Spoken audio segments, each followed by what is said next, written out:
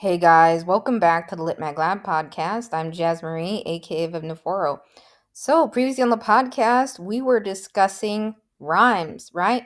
Rhyming poetry, whether or not you should submit rhymes to lit mags, journals, presses, right? And so listen back to the episode. It was nearly 2 hours long, guys. I know I went on and on, but I really wanted to take the time to again share the backstory of some of the collections and series I've done in the past, years ago, and even discuss that a little bit further than I did earlier in the podcast. So yeah, if you're interested in my thoughts on rhyming and rhyme poetry, please do listen back to the episode. And yeah, so as I stated, I had come across something, in between doing that episode that caught my eye, right? I had just searched Lit Mag, right? I think on Amazon, and in my search results, Waffle Fried came up. Waffle Fried with a D. Sorry if I said waffle fries almost. I love waffle fries. I actually really do. I don't really eat a lot of fried foods or anything like that. For most of my life it was just mostly baked goods and stuff, and baked food. And yeah, but when I was younger, totally, I had tried, KFC and, I'm not a vegetarian or vegan, but yeah, I've had, fried chicken and stuff like that. Again, this isn't a food podcast, but we talked about waffles in the Ghost City Press episode, totally, right? The waffle on the cover of that chapbook, right? So, yeah, I def have had my fair share of frozen waffles, mini chocolate chip waffles, and in recent years, I think a lot of, Belgian waffles for sure. And yeah, so Waffle Fried, I think they have a really awesome name, and I thought a really interesting, lit mag that caught my eye. So I just wanted to take the time to share it, and they are, fairly new, right? They launched in 2024, it looks like. So yeah, let's get going here and check out Waffle Fried. Yeah. So, Waffle Fried seeks to capture the spirit of heavy late night conversations on living room floors, eating cold leftovers by the light of the refrigerator, empty hotel hallways, walking into the deep cold with sweat on your forehead, beautiful, uncomfortable, strange, that feeling that can be difficult to explain, impossible to forget, and part of our everyday. That is what you will find in Waffle Fried's pages. Yeah, so that's awesome, and they have issue one here, right, from February 2025, this year actually. So yeah, so it looks like they do print and online editions of their issues, right, and versions, which is always cool to see. So yeah, let's check out they are listed on Duotrope, and they do use Duosuma for their submission manager, which we'll take a look at in a little bit here. So yeah, again, I just read the about. They were established in 2024. I don't know where they're headquartered exactly, but we can take a look at that maybe. And yeah, so they have, again, some things that I will cover on their website too, in the guidelines and expanding sections too. But Duotrope's a great place to find, requirements of calls and, what's allowed and what's not. Keep in mind, this isn't necessarily accurate, right? I always recommend, regardless of what Duotrope or ChillSub states, right, to always verify with the submission guidelines and calls on the website and in their system, right? What's there, So, yeah. So, general submissions are currently closed, right? So, keep that in mind. However, they are currently only accepting submissions for their special edition issue, Rhode Island, right? The state of Rhode Island. And yeah, so that's cool. They do, have future issues coming up totally. And I was checking out their social media feed actually, and had come across that, their issues, they've done some themed ones, absolutely. So let's head over there real quick, then we'll head back to the website. So yeah, this is a social media feed on Twitter, right, or X now, I guess. I always still call it Twitter, but it's X, formerly Twitter. And yeah, so I think it's a good idea to check out, social media feeds of lit magazine journals. It can help you, sometimes read samples of publications. You can see what issues look like. And sometimes founding editors share a lot of, insightful details through their feeds and some really cool things. So yeah, this is what their issues look like. And if we go over here, again, I came across a post back on September 4th of this year, 2025, that the theme was resilience. And that's awesome. So they do from time to time themed issues. They have general submission opportunities, and most currently, right, they're doing a location based one, call, which yeah, is totally okay. A lot of lit magazine journals do that. Various calls, various themes, and you can have a lot of fun. If you're lit mag in terms of the focus or subject matter in your calls. And yeah, so one more thing I want to highlight here. So they stated a fun fact here. I'm quoting this off of again Twitter, or X currently, I should say. So once contributors receive their copy, right, the print version, back, at the time of this post, right, it looks like was August, right, just a couple months ago. It says the print version will be available for purchase, and they mentioned that all proceeds of issue 2 will go to a contributor living in Gaza. So yeah, I really think that's awesome to see lit mags and journals give back, and it's really cool to see that. Sometimes I've stated this on the podcast, right? It's really hard for a lot of lit mags and journals in terms of sustaining themselves, and I think I don't heavily see a lot of lit mags and journals doing this, but I've seen some, and I think that's really cool to see that. And they are very upfront about the cost of how much it is to produce the issues for contributors, right? $700 in total it looks like of this year. And yeah, so they give contributor copies, which is really nice too. And they state here, right, buy them a coffee, right? And I think they also have a Patreon. So yeah, every bit helps, so totally, when you're on lit magazine journal sites, there's typically always a donation section, or as I've shown you in this podcast, several examples of different Patreon setups, right, and different membership tiers. And yeah, so totally, in Seaside Gothic, Chestnut Review, several others on this podcast, right? I mentioned have Patreons, or buy me a coffee, or Ko-fi, right? The one with the dash that looks like Wi-Fi. I get them confused all the time. But yeah, I think they're on the buy me a coffee one. Yeah.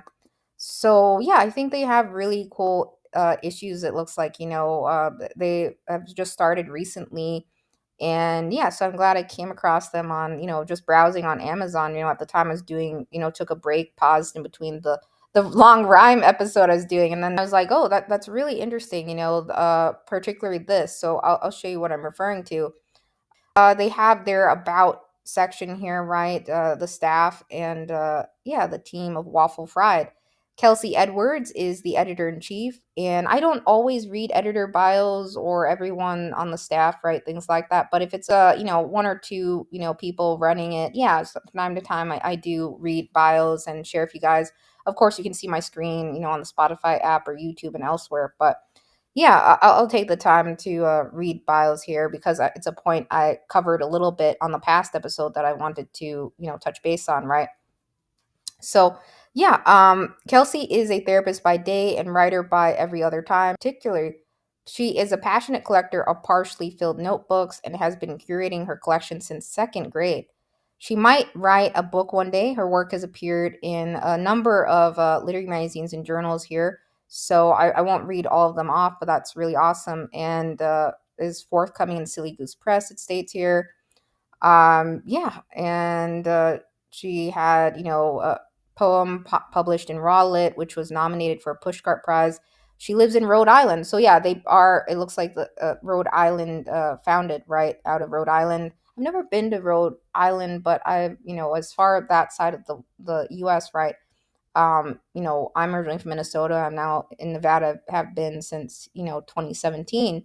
But I have fam in New York, and yeah, and Kuala Lumpur, Malaysia. But yeah, that's really cool. So sometimes founding editors totally have calls locally, within the state. They have founded their lit mag journal, and I've seen that from time to time. Again, there have been lit mags I've come across that focus on creative writers, poets, or artists that are solely from Texas. I've seen things like that, or even Vermont. I've seen calls like that from time to time. And then sometimes lit mags and journals do general open calls for everyone internationally, even, which is really nice to see. So this is what caught my eye. I'd come across Waffle Fried, on Amazon, just browsing. I was like, oh, this looks cool, and I love waffles, so I was like, I gotta check this out. And yeah, and then I stopped over to the about section. I was like, saw this likes and dislikes section, which I thought was really cool. Because I think I do see this, from a lot of Lit Mag Journal founding editors, right? They have different things in their bio. Usually they share, right, where their work has appeared, a little bit about themselves. I think it's nice to do that, right, to have to be very clear about the team that oversees the reading team, the founding editor, or who's involved in the publication. If you don't have visibility on who's running it, or any information, or as we've seen, in the LitMag community, there's some publications that don't share the masthead or anything about them, or just have one name and no photos or anything like that. It makes and some of those charge fees, right, and that makes it feel really fishy, and like, who runs this publication. So it's nice to see, again, as I shared in this podcast, a lot of publications, EICs, team members, be very upfront about everything like that, right? They sometimes share a photo, fun facts about themselves, and it's really cool to see. So the likes here, right?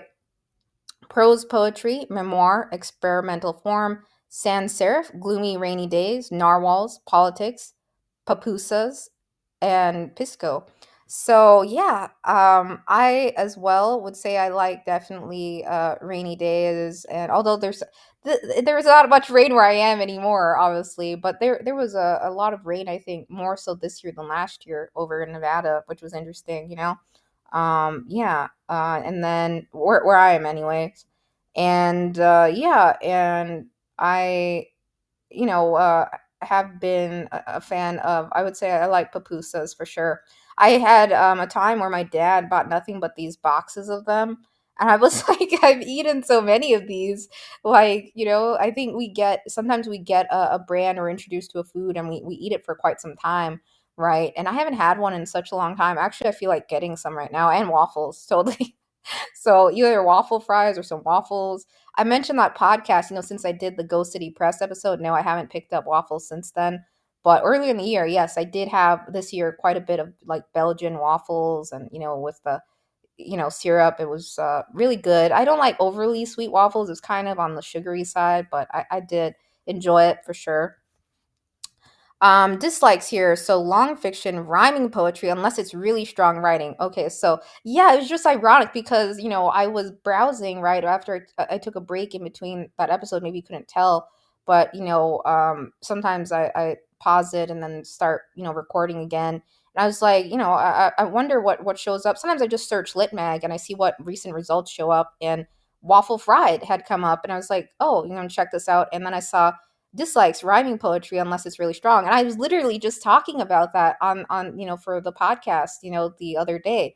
So yeah, that's really cool, to see that. I think it helps to tell, submitters, what the publication likes to see and doesn't like to see, or what they're looking for. They also have another section, which I'll show you here in a bit, expanding upon this a little bit in their guidelines.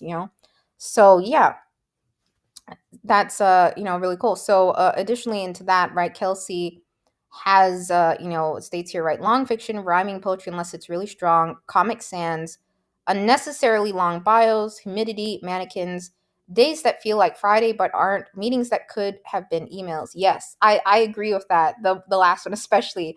Meetings that could have been emails. I've been in my fair share of IT meetings, I think, that could have been emails or things like that. But it's nice, I think, to get together and have like huddle meetings with your team, so everyone's on the same page. But yeah, I'm sure we've all been in meetings that feel like this was like could have been sent to us, right? And we could have been doing other things, through that meeting, getting other work done, right? And mannequins, yeah, I think mannequins in some, I've seen a lot in horror movies, right? And they can be on the creepy side, totally, things like that, for sure. And Comic Sans, well, I would say I have occasionally used, when I was starting out, writing and stuff, I did heavily use Comic Sans, or do like bubble font even, with cartooning and stuff like that myself. But we all have fonts we like and don't like. I would say fonts that are really, really hard to read. Obviously, a lot of lit magazine journals, right, don't like to see that. Typically, standard, font is, like Times New Roman, sans serif, right? I like sans serif. If you're writing a poem and let's say you're sending to the Litmeyer Journal, it's in a very gothic, font style or something like that, right? They're gonna be like, "OMG, what I can't even read this poem," So you don't want to, do that. Just choose a very easy to read font, right? When you're submitting, some places outright tell you they want or prefer Times New Roman typically, and the font size, all of that. But I think it's nice that Kelsey did this, and it sort of is fun too. I think again I mentioned this in with Dippity Lit Mag and Dippity Press, right? So in my bio, right, I had added some of my as I shared, right, the Jazzy Hummingbird project, other things, right, publications of mine. But I think what I noticed from that, then we started to see a intake or uptick of submissions that were very rhymey, and the Dippity Lit Mag, again, Dippity Press, we don't, heavily publish rhyme poetry, anything like that. And it's not to say, again, we wouldn't accept a very stellar rhyme poem or one with a pattern of rhyme in it. It's just that that's not what our focus is, right? So, we're getting back to back submissions of rhyme because people automatically assume, right, the founding editor loves rhymes, that they want to publish rhymes. That's not the case. Some founding editors have some fave styles and forms of poetry they like, but maybe their publication has a different focus or theme or subject matter entirely, right? So, yeah, I've seen some things where some publications are like, for micro calls, right? Micro poems, they're like, we want to see a specific number of lines, right, that they have provided, right? And then they're like, no, some are like no haikus, though, for this call. Some are like the opposite of that. So it's different with each lit magazine journal, in terms of the likes, dislikes, what they're looking for. Again, I mentioned what I really like seeing too, what some literary journals do is that they put a list of poets, right, that they're a fan of, or give samples to work in their issues, right, publicly available, or you can read through it without any paywalls, right, which is nice. And yeah, so it states here she can be found on the dumpster fire, formerly known as Twitter. Yeah, at the hiccupotamus, the hiccupotamus. So that's fun. So yeah, I like seeing lit magazine journals and with a sense of humor in it. Totally, or even in parts of the website. I think it's okay to do that. And yeah, so it looks like Ben, I apologize for mispronouncing any last names. Branchard is the editor and is an editor as well and does the layout, right?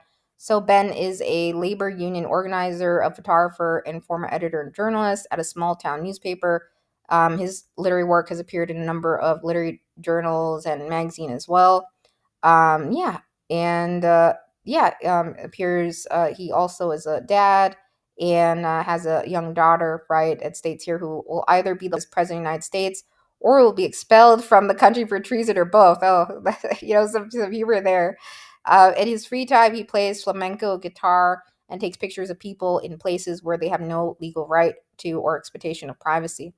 So yeah, photography. Yeah. So at Dippy Lit Mag, a lot of our legacy issues, right, were photography based. So that's awesome. Yeah, so definitely some humor in their bios, which is really cool.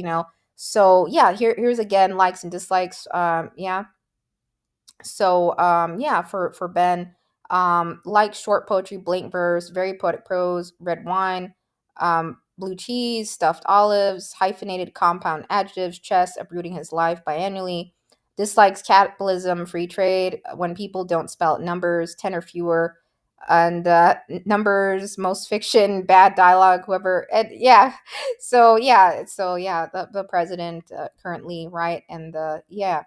So, I think it's nice to see, lit regs and journals to, have things like this, right? And yeah, there are, absolutely, I wouldn't say I love olives at all. Unfortunately, I'm not a huge fan of olives, but I love chess, right? I talked about, chess tournaments on this podcast and some other places, right? I grew up going to a lot of chess tournaments locally in Minnesota. Yeah, and I agree with a lot of the dislikes there for sure. Yeah, totally. But yeah, so Ben and Kelsey are, on the team, and maybe as Lit Magazine journals grow, sometimes they add staff members, or sometimes it's run by one or two people. So yeah, I think that's awesome that they are, very upfront about things that they like and dislike. So if you start your own Lit Magazine journal, think about how you want to present, what you're looking for. Do you want to add additional fun things in your bio, the masthead staff, fun facts there? Do you want to just strictly put that in the submission guidelines place, or both sides? I think it's interesting. I think I saw on their social media feed, yeah, that it was indicated that submitters had read their bios and had submitted maybe something on a topic that I don't know if they read the bios or not, but maybe indicative of that they did see maybe a topic that they liked and wrote around that. So yeah, some lit magazine journals again focus on different things, or some are open themed, or again they have a call currently, right, that is geared towards those who are out of Rhode Island, right? And yeah, so let's take a look at Duo Suma, right? I covered Duo Suma on this podcast. It's Duotrope Submission Manager. We do not use at W Lit Mag or W Press Duo Suma. We're on Subfolio, right? We left submittable for Subfolio. And yeah, I would say, Duo Suma was in, again, my top five of submission managers out there. And I really like Subfolio. So check it out sometime. I know, some founding editors migrated off of systems over to Subfolio, and it takes time, but Duo Suma is widely used. Subfolio just launched this year, and a couple other ones I've talked on this podcast, right? So totally, check that out. Check out some of the submission manager episodes.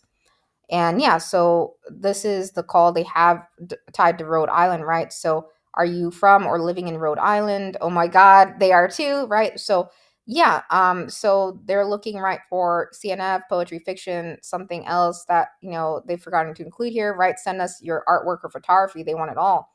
So yeah, it says for this call, the Rhode Island call they have currently, right? They are looking first and foremost for creative Rhode Islanders, whether you're from this lovely little state or currently call it your home. They are open to works by non-Rhode Islanders that are about Rhode Island, but it says please be aware that it's like, of course, super easy for them to fact check. So if you're just winging it as you're writing, right, they'll know, obviously, right, and it'll have to be extraordinary work. Or you could always visit, Rhode Island, right? There's the state, and be inspired and submit to them, right? Yeah, it states so many small businesses support, and Rhode Island State, that issue that they're doing, right, around that will be both print and online, and they'll be open until they close, with the goal of publishing 39 written pieces. Because the state has 39 municipalities, right? That's a tongue twister word, so I probably got caught on that. But yeah, plus some art, and yeah, so I think that's interesting, right? So they said, preferably they're looking for those who are from Rhode Island for this particular call, and they have general submissions. We saw, right? They had, open to everyone, but they're also, so yeah, they're also not opposed to seeing work from those who aren't from Rhode Island, but that are, work that is about Rhode Island, right? And focused on that, right?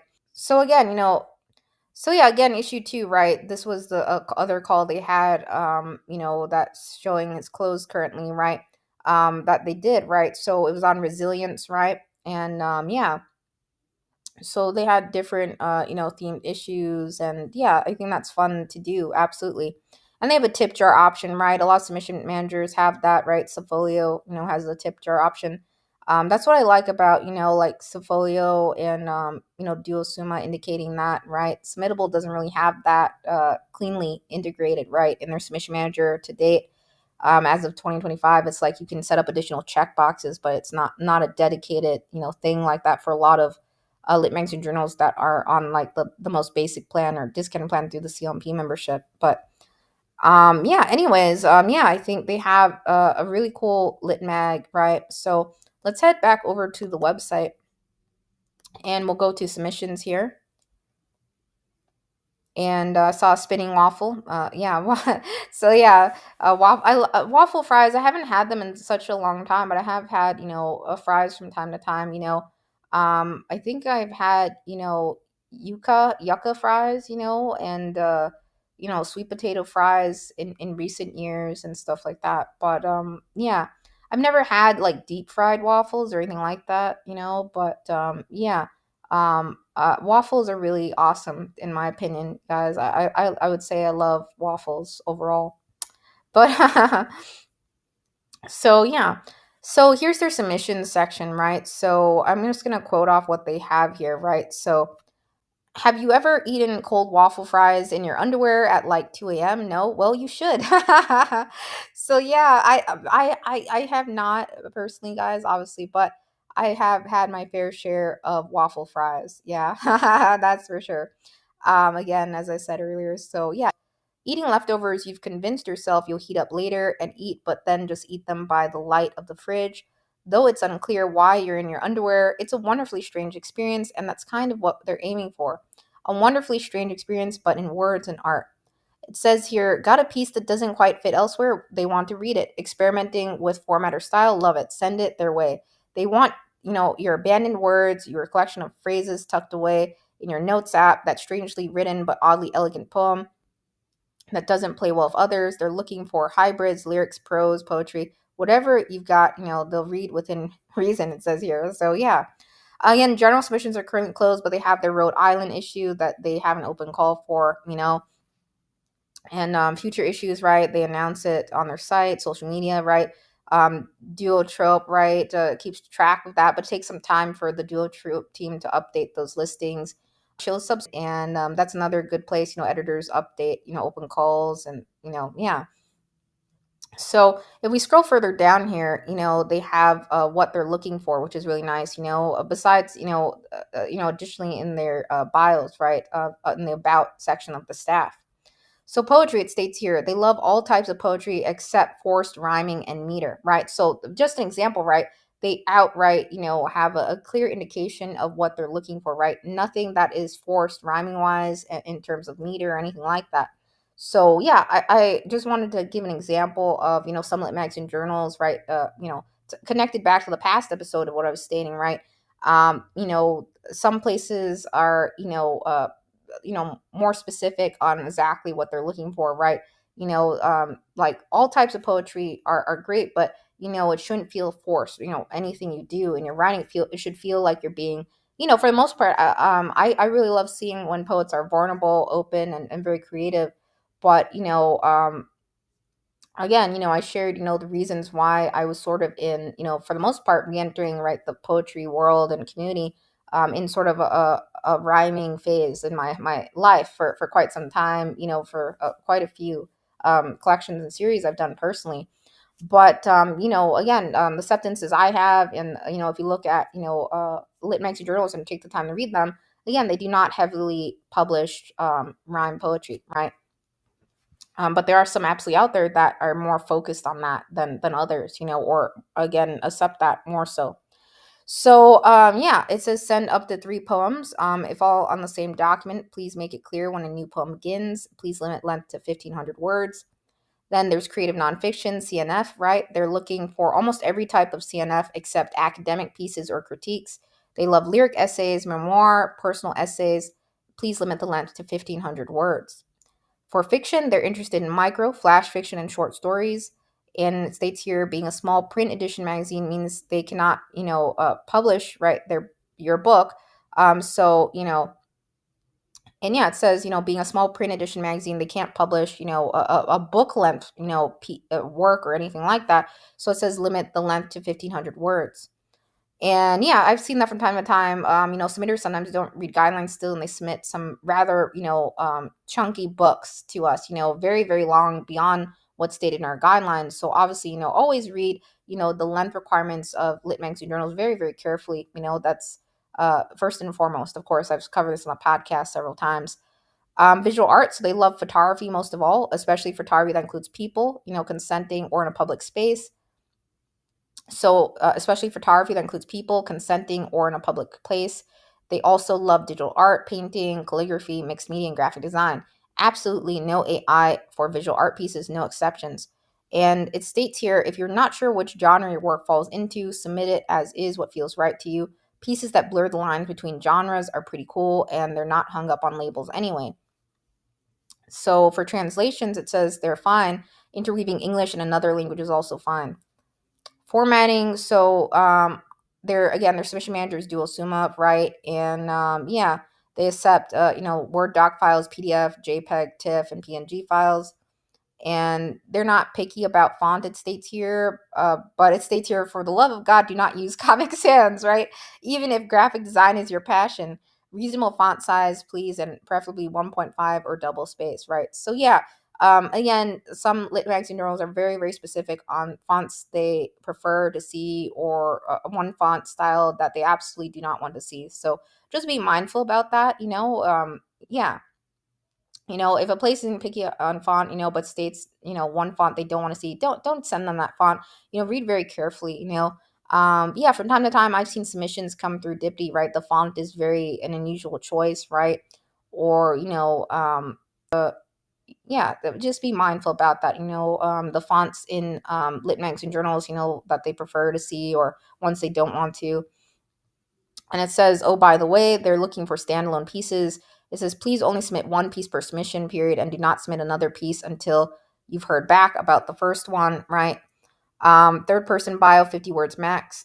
They find the most intimidating part of submitting to be cover letters, so they're not asking for a whole lot. A simple, oh, hey, or even what up will suffice. Maybe just, it says, tell us a fun fact about you, like what your favorite color, shape, or dinosaur is. Just acknowledge that, they exist, because, they have some fun, humor in their writing here. Our therapist said it's good for us, right? So yeah, that's cool.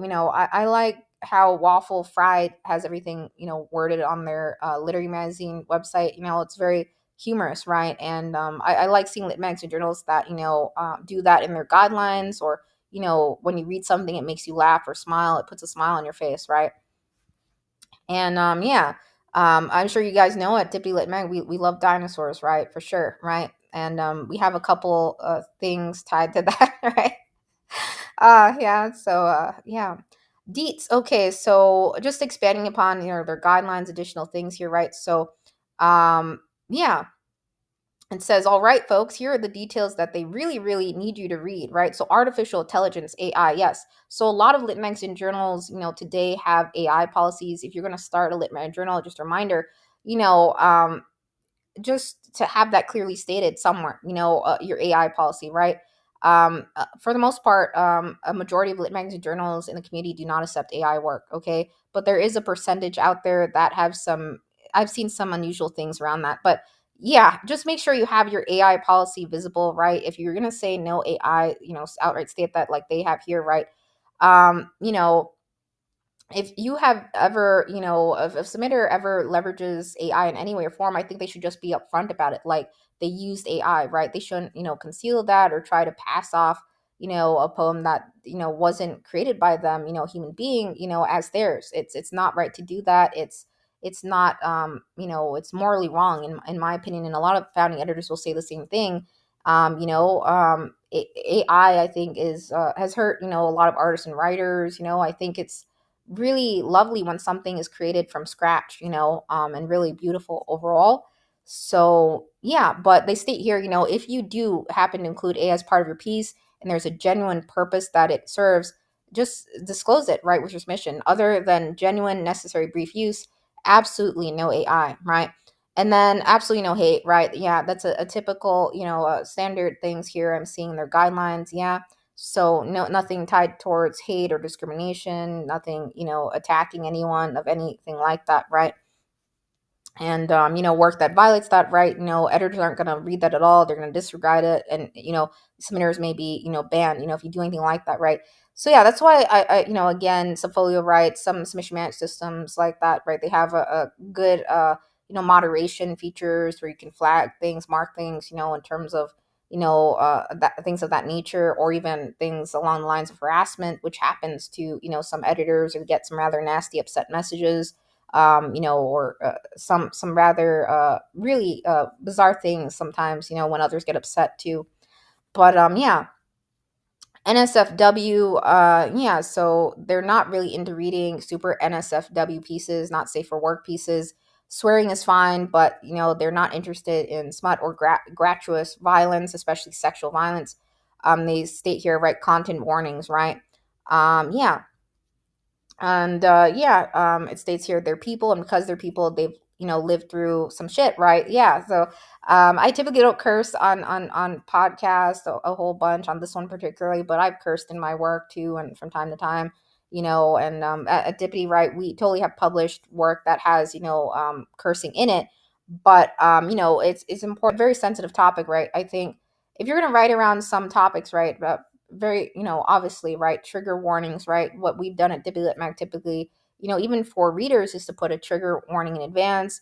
And oftentimes I've seen submitters take, if a lit mag or journal doesn't outright say they don't want a warning, you don't absolutely have to. But a lot of times I think it's polite to do that too, for when you're submitting to a place, to say a trigger warning or mentions of anything like that. We've had spoken word artists do that, any mentions tied to some topics that could be triggering in nature.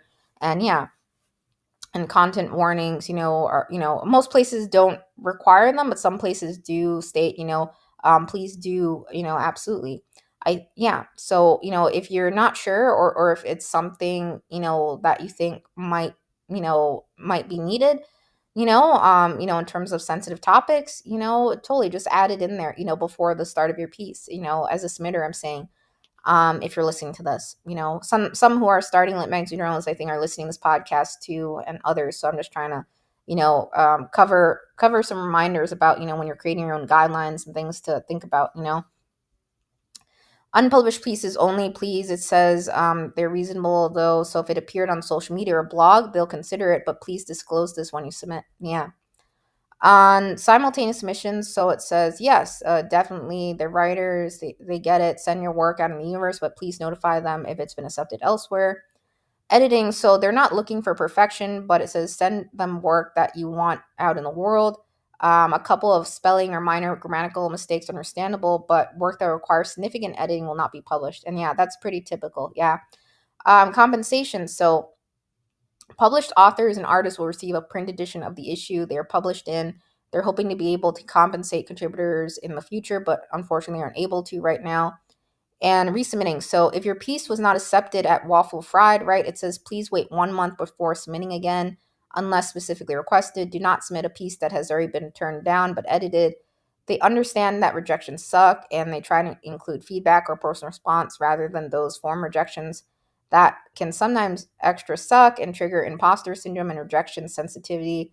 Dysphoria, no, just us, weird, but okay. So yeah, sometimes extras suck, and yeah, so they mention that. And yeah, if your work is accepted, it says please sit one print issue out before you submit again. So yeah, I think that, again, I think that's nice to do, for lit magazine journals, right, to have a window of waiting before, submitting again.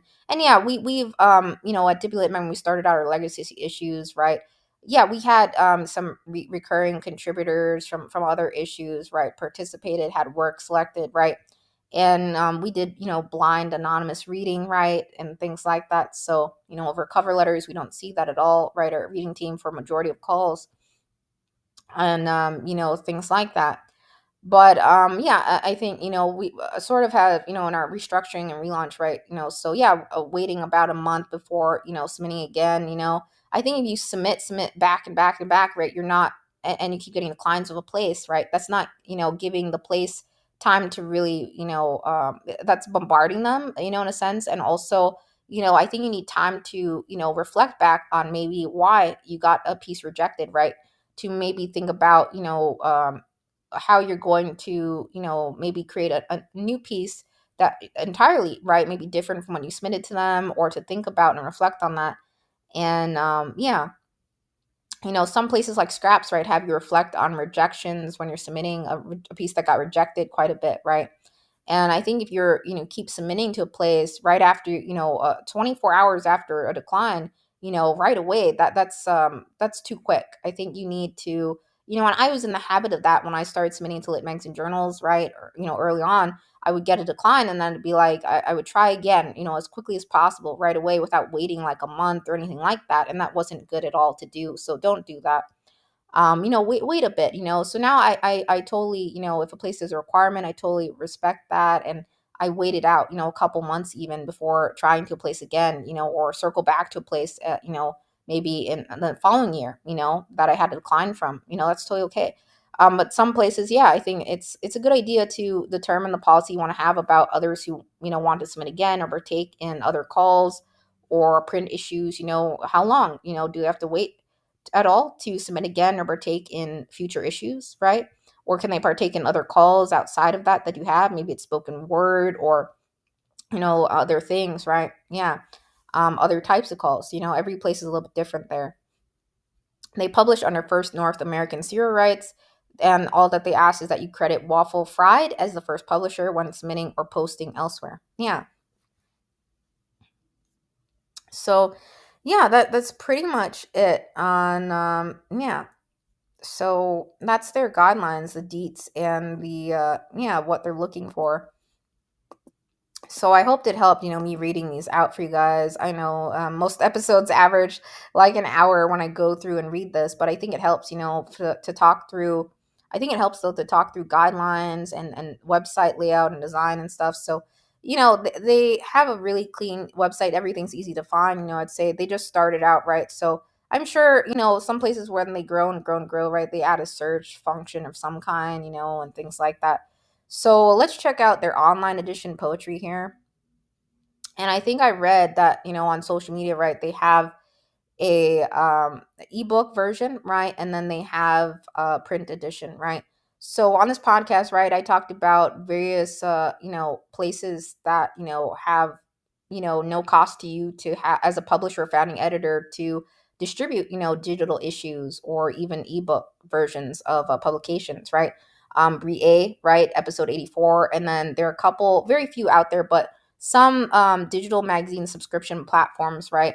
As I shared, right, that can be leveraged or they have discounts, and things like that, right, through the CLMP membership. The exact editions episode I shared towards the end of that one. Again, some of the other platforms that, I had dipped, in or had tried out myself. And yeah, so, caffeine and, a couple other ones I shared that I tested, in terms of digital subscriptions. And yeah, so yeah, this is the online edition poetry section. You can see everything is laid out here, right? And yeah, let's just click into one of these. Yeah, the first one here by Catherine Weiss. So they have the poem here, the title, and the bio. Yeah, my only comment would be I think it's nice to see, dates of publication, or when this was posted or the month and year of the issue referred back to, right?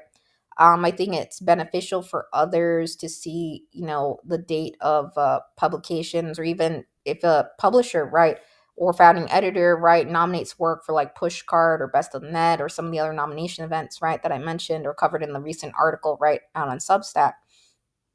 But yeah, that's my only comment here. It'd be nice to maybe see the date or the issue it appeared in. Obviously, if it's in a print issue, right, it has the month and year typically, or the season in it, right? So yeah, that'd be my only thing for the online poetry here. But yeah, it's a very clean website design. Everything's easy to find. I love the spinning waffle fry. So they have fiction here, right? And yeah, so just scrolling through. So yeah, it's nice that they give online edition, so free to read. It doesn't look like there's any paywalls here or anything like that. They have nonfiction, right? CNF. So yeah, and then we'll go to art and see what that looks like too. So yeah, that's awesome that they have an art section. I love art, myself, right? Cartooning. I mentioned the podcast, throughout my life. And we've incorporated, a lot of, since with Dippy Lit Mag, right, a lot of photography and also digital collage art. That's really awesome. I love the art gallery here, publication space they have on their website dedicated to that. Another lit mag or journal out there, right, Chestnut Review, right? I shared their gallery section of the art they've have published, or oftentimes it gets featured on the covers, right? So yeah, this is really cool. Really awesome art we see here. And yeah, so this one, you may recall, right? Ocean Whispers by Claudia Tong, right? So if we go back here, that's the cover, right? So that's a really great way, again, having open calls for art to, select one for the cover, right? And that way you don't have to, you don't have to per se hire an illustrator, or, maybe you don't have someone on the staff that does illustration design. You can have an open call for art again and select one for the cover, and then, the other featured pieces maybe are in the issue right alongside that. And it's a really nice way, I think, to highlight some amazing artwork, on the covers. It could be photography or art, visual art and design. It's really, I think, adds another layer to the publication. Let's just click into this. I wonder what the layout looks like of this. So yeah, it just pops up there. So I don't know if they'll ever have bios tied to that, or maybe it does, and maybe I didn't click on it. So no, not at the moment. So that's my one comment. I think I clicked on it and it went to the first art piece there. So yeah, sometimes lit magazine journals, when you click on a piece, I think you saw Chestnut Review, right? Or Chestnut, right?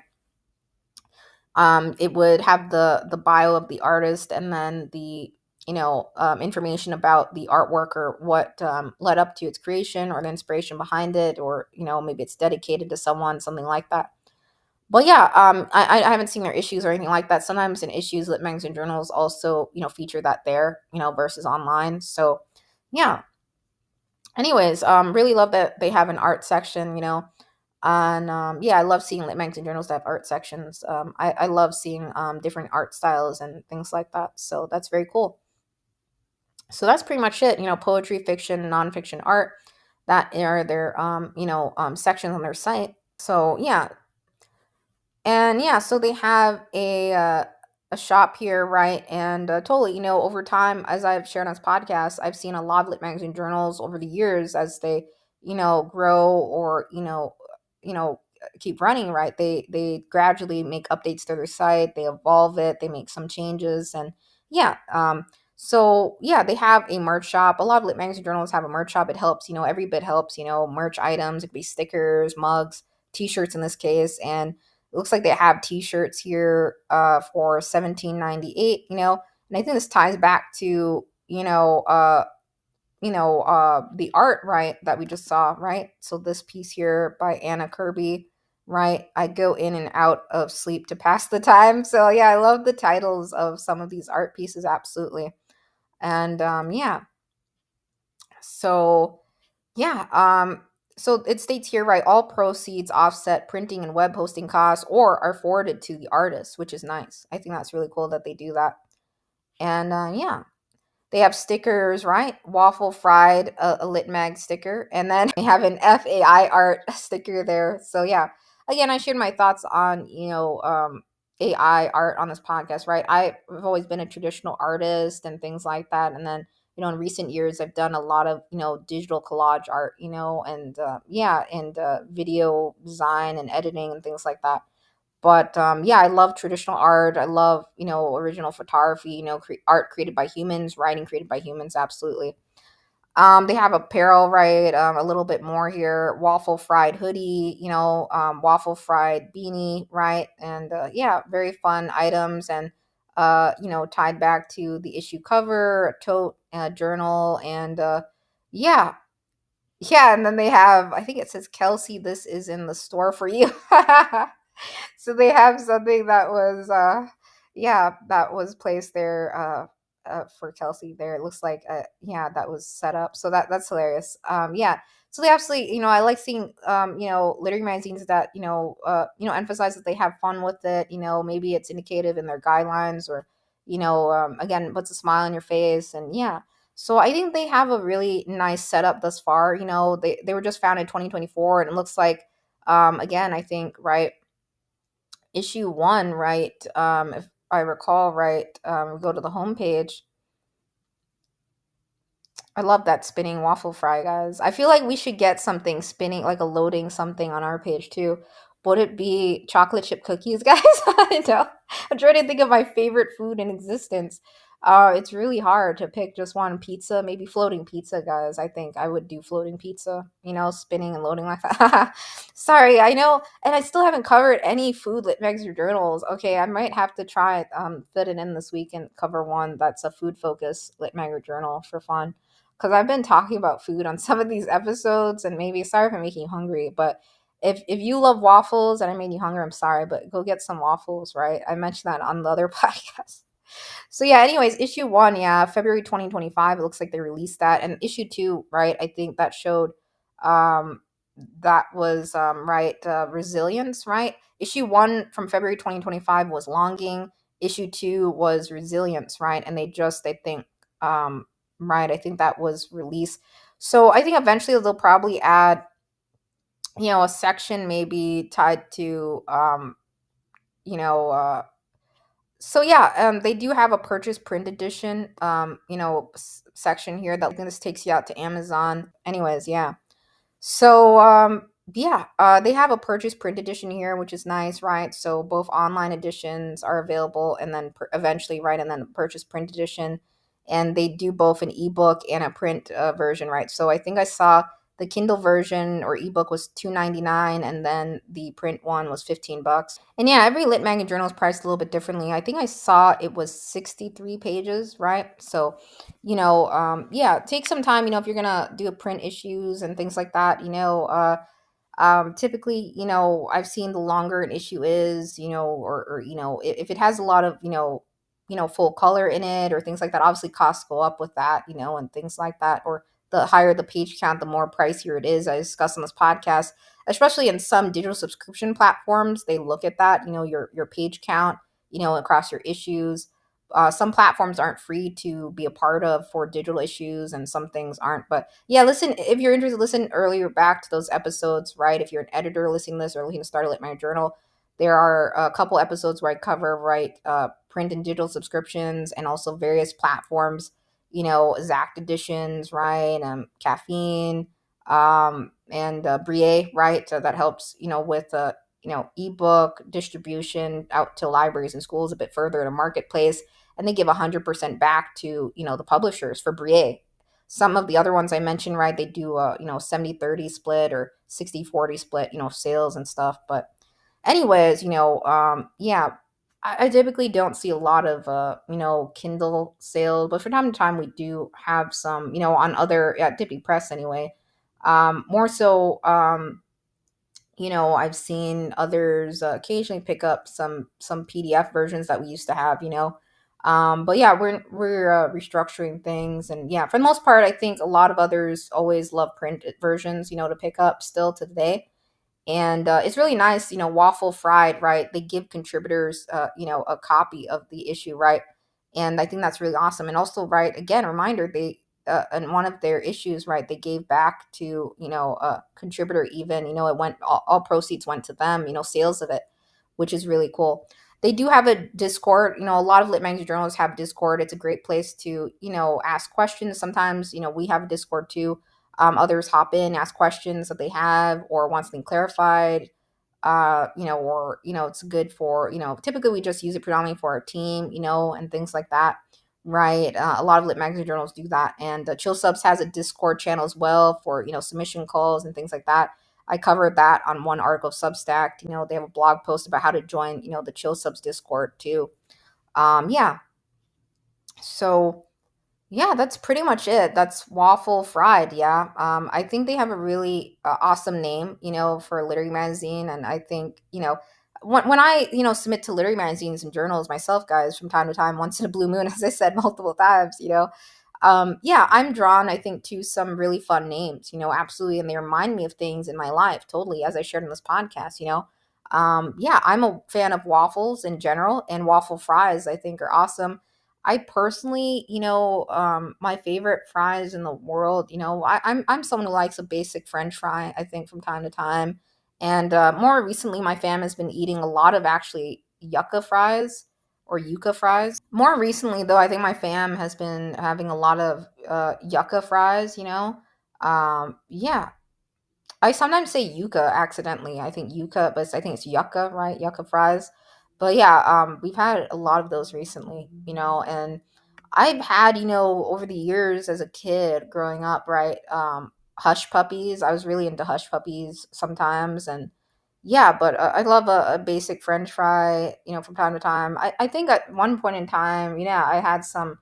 I'm not a huge fan of like frozen foods and stuff, but yeah, I've had my fair share of like frozen waffles, chocolate chip mini waffles, and you just throw in the toaster and stuff. And yeah, waffle fries. I haven't had them in such a long time, guys. I need to get some waffle fries now too. But anyways, and yeah, they are on chill subs. Yeah, so totally, it looks like they haven't put any calls out on here on their chill subs page, or the editor hasn't, a founding editor yet.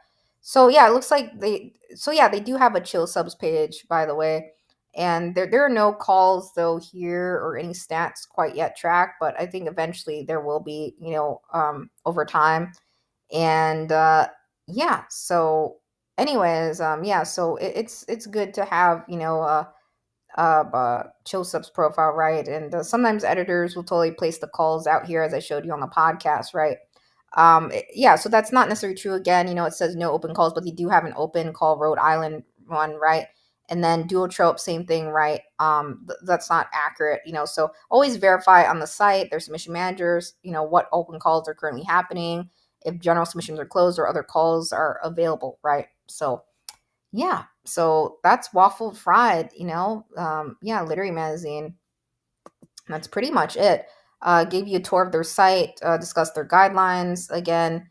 I thought it was ironic because I had discussed, rhyming poetry, right? And then I saw in the like and dislike section, right? I was talking through that. And yeah, so totally, listen back to that episode, my thoughts on rhyming poetry again.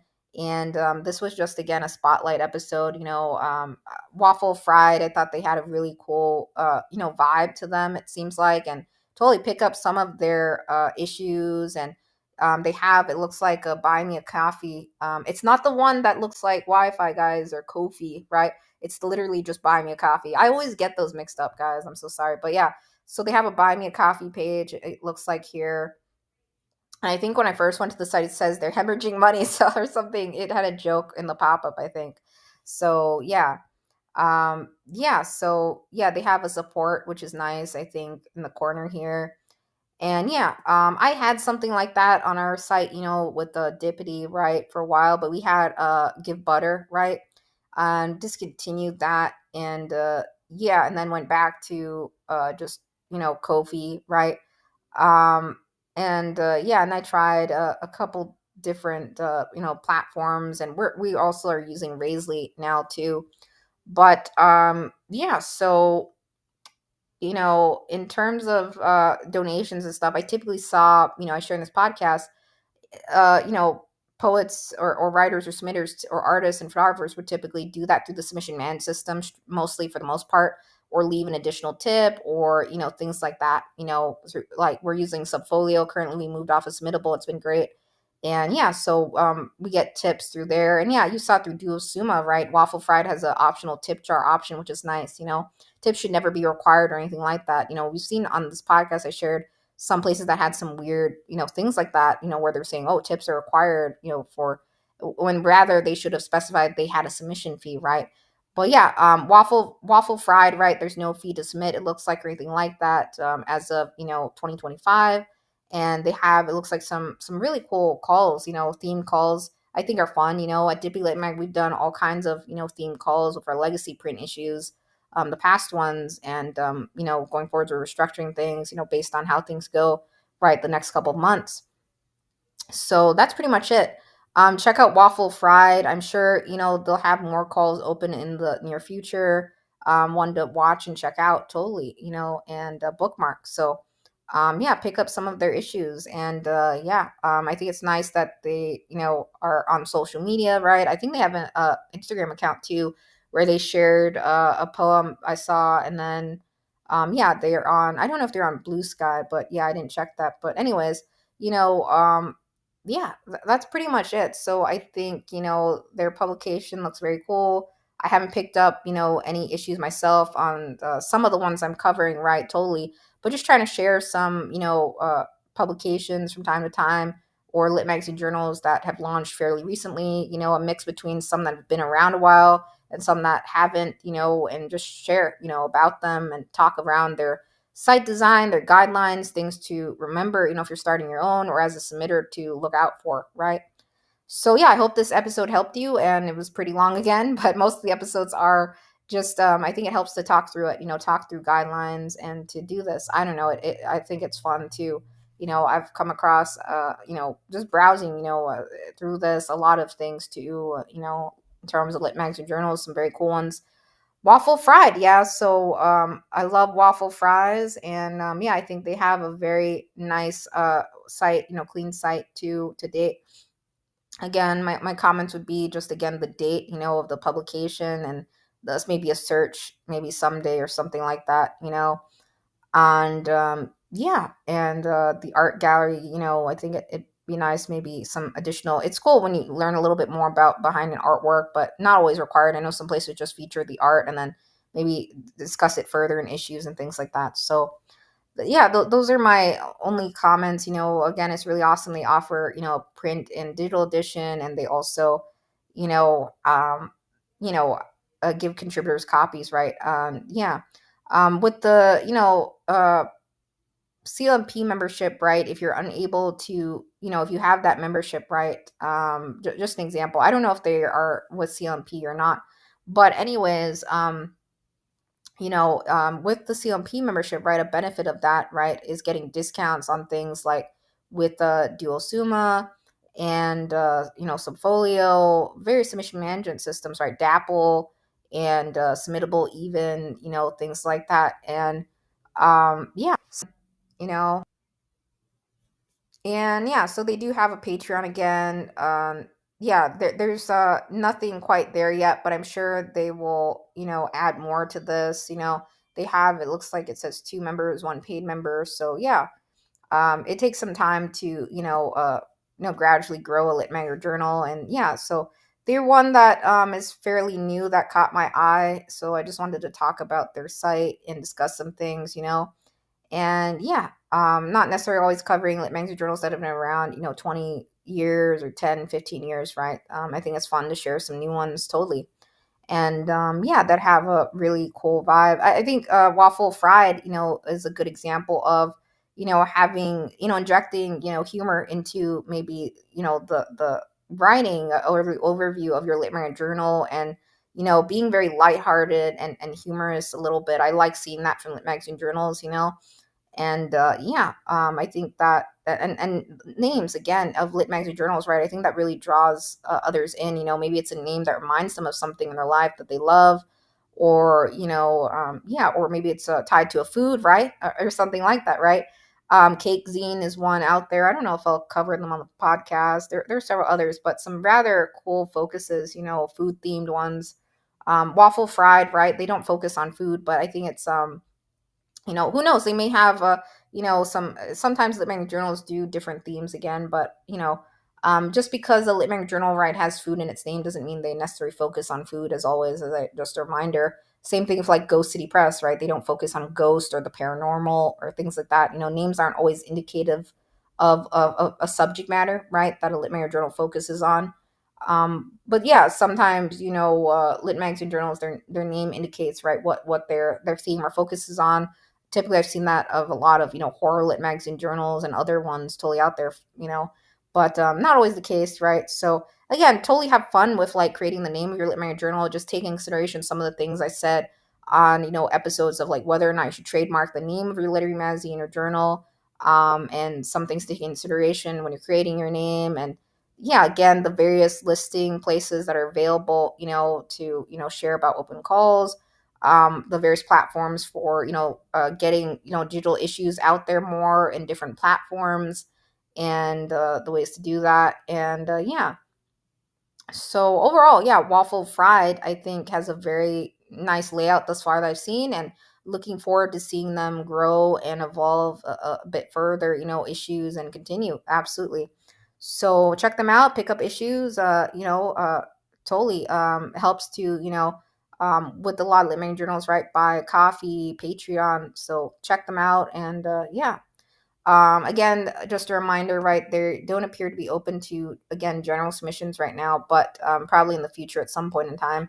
They do have this Rhode Island call, right? And yeah, and at the moment, so yeah, I'm not sure how many of you listening are in that in Rhode Island or from there, but yeah, you can totally again do like special edition issues sometimes, if you're letting your journal, if you want to do one around, local, right? So for example, if Dippy, let's say we did one, if we wanted to, right, around just poets and writers in Nevada, totally we could do that, a special edition issue, or a literary journal that's based out of,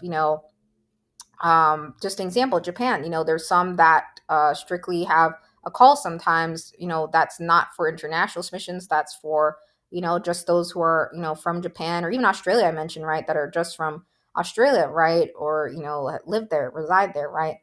Yeah, and then there are other calls sometimes lit magazine journals have that are open to everyone, absolutely, or more so than others, right. No matter where they may locate in the world. But keep in mind, again, some magazine journals do have location and eligibility requirements. Always be mindful about that. Read very carefully. And yeah, so that's pretty much it. Yeah, I'm sure they'll add more to their website maybe in the future. And yeah, and maybe branch out to this being issue numbers or things like that, or showing the dates of these publications too. But just yeah, that's the only thing I can think of. I really love the name and the spinning waffle fries. I really love the name and the spinning waffle fries. So I feel like getting waffle fries now, guys. I don't know where the closest place is where I could pick some up, but probably there's some place out there, right? Totally. Yeah. I've had, a lot of waffles separately and fries separately, in terms of this year particularly, which is interesting. I don't know. So I think that's maybe what I was like, oh, Waffle Fried, a literary magazine called Waffle Fried exists. That's awesome. So I was like, I got to share this. So, anyways, yeah, I thought it was cool, the name and their layout thus far, what they have, and it looks like they're just, gradually rolling out issues right there on. It looks like have done issue one and longing issue two, right? Resilience, and really lovely again that they have given sales and issue sales back to they didn't put it in for issue two, right, back to the publication, rather they gave that away, right. And I think it's nice to see lit magazine journals really partake in charities or to give back to others, or in that case I think they said they gave back to a contributor in Gaza, right, and things like that. So yeah, if you want to do that for your own publication, give sales back to a certain cause or support something, or someone, in the world, or, you totally, you feel free to do that. Some lit magazine journals totally donate a portion of their sales to certain foundations or organizations, that I've seen that totally myself. And yeah, we currently don't do that, at Dippy Lit Magazine Press, but obviously I would love to do that. But obviously we can't pay writers for the work at this point ourselves anyways. Obviously, Dippy Lit Mag, right, we're in the same boat. We can't pay writers yet or contributors for their work. We don't give contributor copies, but we do give discounts on issues for contributors, right. And for right, Dippity Press, right, we give 5 copies off to authors, right, at a minimum, and yeah, so hopefully, I'd love to give contributors and mail issues. I said like do like a gift box essentially to contributors and personalize it. That's what I would have loved to done. But anyways, we'll see how the restructuring goes with Dippity Lit Mag, and yeah, I think Dippity Press is pretty much going to stay the same again. But yeah, check out again some of the articles I've written, for both founding editors, existing, and also, submitters as well. I'm gradually adding to that. And I'm going to try and cover again before the end of the year a couple more in here. Getting there, almost getting there. This is episode 92 now, so getting closer to the 100th episode. I don't know if I'm going to. I try to do something special for a 100th episode, like I did on Hummingbird Blink. We did like a group read event, on that podcast. I don't know. I don't think I'll be able to do anything of that nature on this podcast. It's mostly just me, talking through lit magazine journals, answering questions, Q&As for submitters and existing founding editors and future ones. And obviously I don't know everything, so I have gray areas that I talk through and try to direct you and maybe a direction to check out, further. Or if I need to do more research myself, I totally will mention that, right? Like on the past episode, right? I'm not aware of a lot of lit magazine journals out there, right? In terms of that subject matter we talked about in the last episode. And yeah, gray areas, absolutely. Sometimes I just try to point others in a direction of things to check out further, and various topics tied to the lit mag or press world, you know. So, anyways, yeah, Waffle Fried, yeah, a very cool literary magazine out of Rhode Island, was founded. So definitely look it up and check it out. I think it looks like, yeah, again, I don't think I saw right anything about international submissions particularly specified, but I did see that mention of they had a contributor who was internationally based, right, from their issues, right. So yeah, that leads me to believe again, if you read bios of submitters and things like that, where they're located, where they're from, right, that is indicative of, that the place accepts, international submissions. Some places have location, call based ones, right? Like the Rhode Island call is more geared towards those who are from Rhode Island or within it, right, reside in the state, right? And yeah, so I think it's if a place doesn't outright say that, you always just want to read through carefully, right. And yeah, I will say again, I didn't see anything, I think, in their submission guidelines that stated that, they, in terms of international submissions. However, right, we saw on their social media feed, they had a contributor, right, located internationally. And then if you dig into, contributor bios, right, that usually tells you, right off the bat, if they're open to international submissions, if they don't clearly specify it, right. Yeah, so for example, just gonna go out to one here, this one here, and yeah, so if you scroll down and read bios, right, so you can see, right, they have contributors from all over the world, right, Auckland, New Zealand, and yeah, everywhere. So that's awesome. Yeah, I think I did the back arrow because when I clicked on the header, it took me to something else on just that page for fiction, but it works on the main page. So yeah, anyways, yeah, that's pretty much it. So really cool one. I think, it's nice that they have, general submissions from time to time open internationally. They do print and online, issues and digital. So I think that's really nice to see. And I really love this art section, I must say. I love seeing lit magazine journals with an art section. We don't have a gallery or anything like this currently at Dippy Lit Mag, but we'll see in the restructuring, because I think it's really nice, this a gallery layout, how you saw like Chestnut and a few other places, right, that maybe showed you on this podcast. So yeah, really stellar lit mag, I think, and pretty fun. Their overall site layout and everything, and the issues look cool. From what I saw on social media. Yeah. So thus far, on X, formerly Twitter, right? Yeah. So one to bookmark and monitor. I'm sure they'll have more open calls in the future. Yeah. So bookmark it on chill subs. Totally, they have a chill subs listing again. Or if you use Duotrope, right, add them to your favorites. Or a place to check out or bookmark the site. Yeah.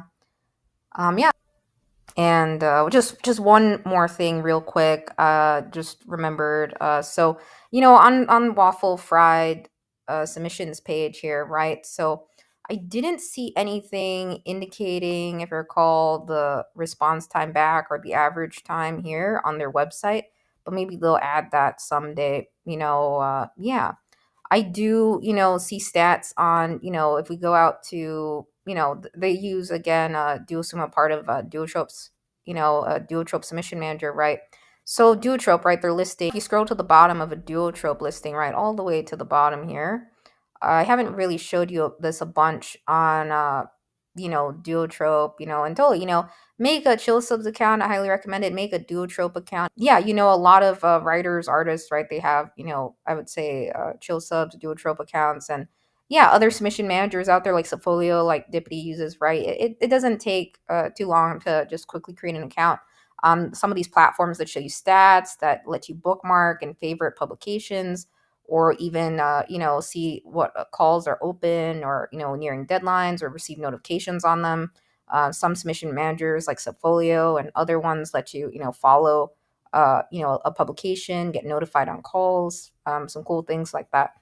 But yeah, so this is the statistics section of Duotrope here under Waffle Fried submission statistics, right? If we look here, right, there are a number of things here, right? So withdrawals pending, and they have you know the average, right? I think that's 14.9 days, max 60 days, right? That's what it looks like. Have received, it looks like, 334 reports from 288 different members within the past 12 months, not including pending responses. So yeah, I think these stats help, so, the average response time. And there are other things up here, right, in terms of, Waffle Fried's overall average response time is faster than most magazines. It states here more approachable, right? More responsive, right? Yeah. And so that's good to see, some things like that. So I'm sure eventually, on their website, they'll maybe include that somewhere, or even, if we go out to, aside from, duotrope's stats here, right? I typically share on most episodes if it's available. If it's available, right, under chill subs, right? There's nothing under there to date or anything like that. It looks like, but yeah, there's a question mark under, editor reported data. There's no submissions tracked thus far through chill subs or anyone who has, an account with chill subs. But I'm sure, that will change over time. So yeah, just wanted to tack that on in terms of like the response time. I think it's always a good idea, on a Lit Mag Journal or Press's website to give, an average response time or approximate window. Now, it's totally possible that they have it, some Lit Mags journals give it on the kickback letter, you receive when you submit to the place, right? Typically most places have a letter, right, that they give back to you, like, we've received your submission, you'll hear back from us in X amount of days, or when to expect a response, and things like that. So that's possible too, with the law submission managers, if it's not necessarily on the site. But I think it's good to have it in, more than one place, so others, are aware, of the average response time, besides looking it up, themselves in, various stat sections on, chill subs and, duotrope. But it's beneficial that that's there. I think it's really helpful to see all those stats, a dashboard, and, things like that, with both chill subs and duotrope. Very, very beneficial. So that's pretty much it. Waffle Fried, yeah, totally check them out and pick up some of their issues. At the moment, I can't, really pick up a bunch of issues or anything like that of every single Lit Mag journal or follow all of them, but I absolutely, love seeing that there, are digital issues and things like that. If, you're unable to pick up physical issues or order those, right? Again, digital editions, ebooks are typically, a lower cost than physical print editions, which is nice, I think, and absolutely love that they give contributor copies. It looks like, as of 2025, based on their social media feed, their website, that's awesome, I know that's hard to do, and yeah, so I'm sure they're going to, continue to have a lot of really cool issues. I don't know if they'll necessarily always be themed. I know some Lit magazine journals switch things up sometimes. They do themed issues, or they do different calls. We have this, Rhode Island call we're seeing from, Waffle Fried, which is really cool. I don't know how many of you listening are, in Rhode Island, or, are, from Rhode Island, or whoever comes across this episode.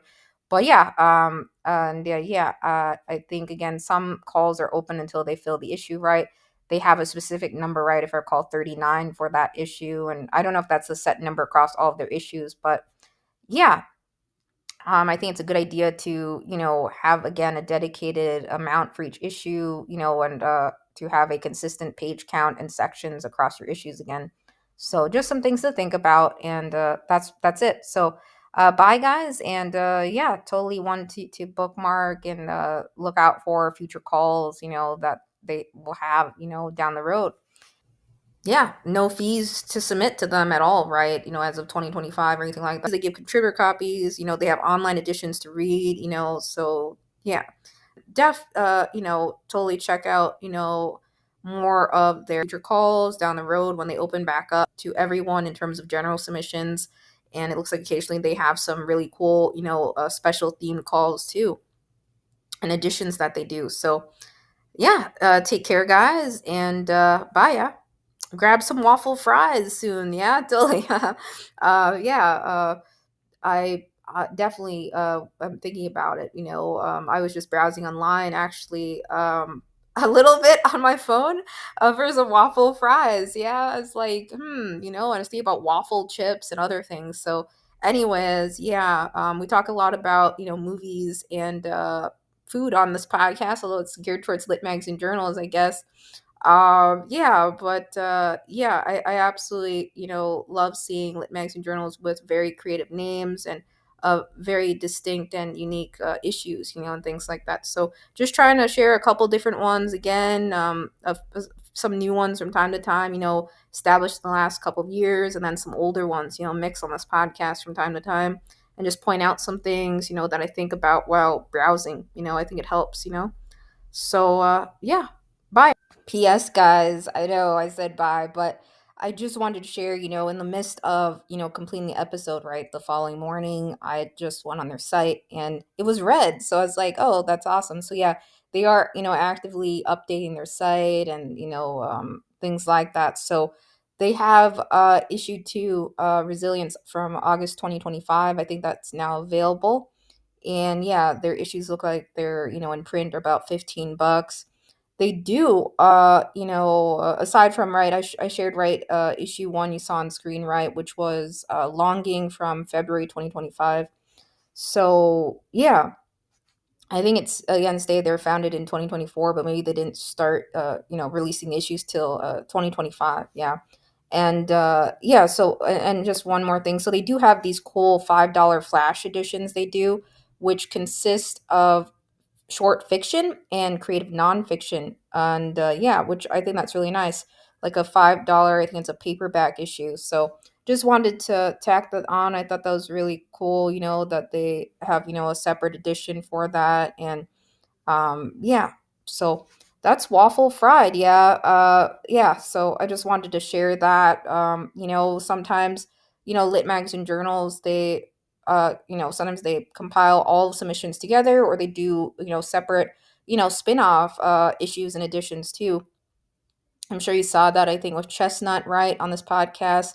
They had I think, a separate publication for art, things like that. So I think it's cool, right, that they have, this flash edition that they do. Yeah. And yeah, I just wanted to point that out and share. So that's why I went from blue to red, So yeah, they changed the background colors here and update the site with the latest issue release they have. And yeah, that's great. And yeah, I mentioned a couple other things that, in terms of the site, but I'm sure, they'll update that or iron out some things there with the, art gallery, and maybe specifying the callback, or, specify maybe the average response time. I don't know if others get it back in a kickback letter from them when they submit or anything like that. But anyways, Waffle Fried. Yeah. See you in the next episode, guys. Yeah.